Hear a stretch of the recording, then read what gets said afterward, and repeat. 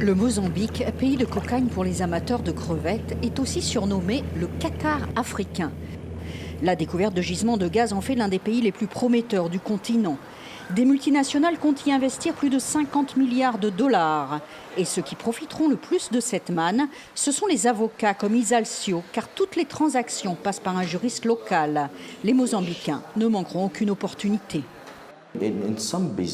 Dans certains secteurs d'activité, il devra toujours y avoir une co-entreprise. Dans le domaine de la construction publique par exemple, vous avez besoin d'une co-entreprise dont les Mozambicains doivent détenir au moins 51%.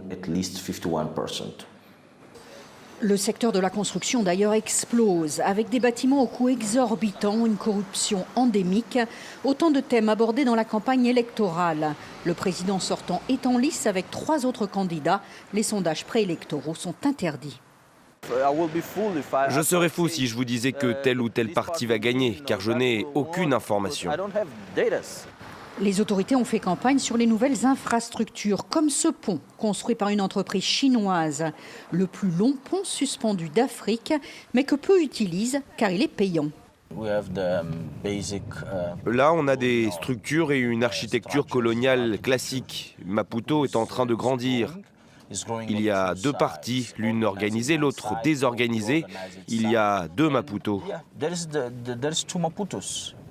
L'autre Maputo, il ne compte pas pour rien car le secteur informel représenterait plus de 60% de l'économie.